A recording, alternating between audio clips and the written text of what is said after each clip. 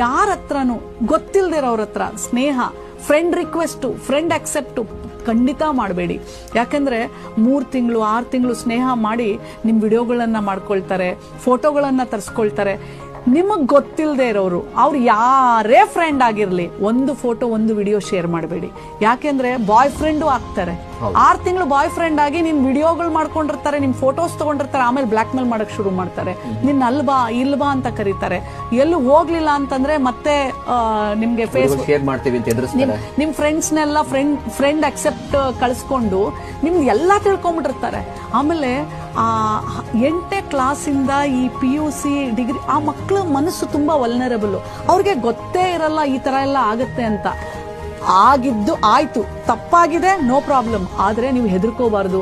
ನೀವೇನಾದ್ರೂ ಸಹಿಸ್ತಾ ಹೋದ್ರೆ ಅವ್ರು ಇನ್ನ ಶೋಷಣೆ ಮಾಡ್ತಾ ಹೋಗ್ತಾರೆ. ನೀವು ಹೆದರ್ಕೊಂಡಷ್ಟು ಹೆದರ್ಸ್ತಾರೆ. ನೀವು ಅವಾಗ ಮಾಡ್ಬೇಕಾಗಿರೋದೇನು, ನಿಮ್ ತಂದೆ ತಾಯಿಗೆ ಮೊದಲು ಹೇಳಿ ಈ ತರ ಆಗಿದೆ. ನಿಮ್ ತಂದೆ ತಾಯಿಯಿಂದ ಮಾತ್ರ ಬಚ್ಚಿಡಬೇಡಿ. ಯಾಕೆಂದ್ರೆ ಅವ್ರು ಒಂದೇಟು ಹೊಡೆದ್ರು ನಮ್ಮ ಅಪ್ಪ ಅಮ್ಮ, ಒಂದ್ ಮಾತು ಬೈದ್ರು ಅವ್ರು ನಮ್ಮ ತಂದೆ ತಾಯಿ, ನಮ್ಮನ್ನ ಕಾಪಾಡೋದೇ ಅವರು. ಆಮೇಲೆ 2ನೇದು, ಪೊಲೀಸ್ ಸ್ಟೇಷನ್ಗೆ ಹೋಗಕ್ಕೆ ಭಯ ಬೀಳಬೇಡಿ.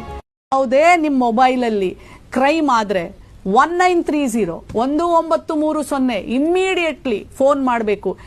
ಹೇಗೆ 112ಗೆ ನಮ್ಮ ರಕ್ಷಣೆಗೆ ಪೊಲೀಸ್ಗೆ ಫೋನ್ ಮಾಡಿದ ತಕ್ಷಣ 10 ನಿಮಿಷಗಳಲ್ಲಿ ಪೊಲೀಸ್ ನಿಮ್ಮ ಹತ್ರ ಬರುತ್ತೆ, ಹಾಗೆ 1930 ಸಹ ನಿಮ್ಮ ಸೈಬರ್ ಕ್ರೈಮ್, ಯಾವುದೇ ಮೊಬೈಲ್ ಥ್ರೂ ನಿಮ್ಗೆ ಸೋಷಿಯಲ್ ಮೀಡಿಯಾ, ಸಾಮಾಜಿಕ ಜಾಲತಾಣದಲ್ಲಿ ಯಾವುದೇ ಅಪರಾಧ ಆದ್ರೂ 1930 ಪೊಲೀಸ್ ಡಿಪಾರ್ಟ್ಮೆಂಟ್ ಮತ್ತೆ ನಿಮ್ ತಂದೆ ತಾಯಿ, ಇವ್ರು 3 ಜನ ನಿಮ್ಗೆ ರಕ್ಷಣೆಗೆ ಬರೋದು ಮರಿಬೇಡಿ.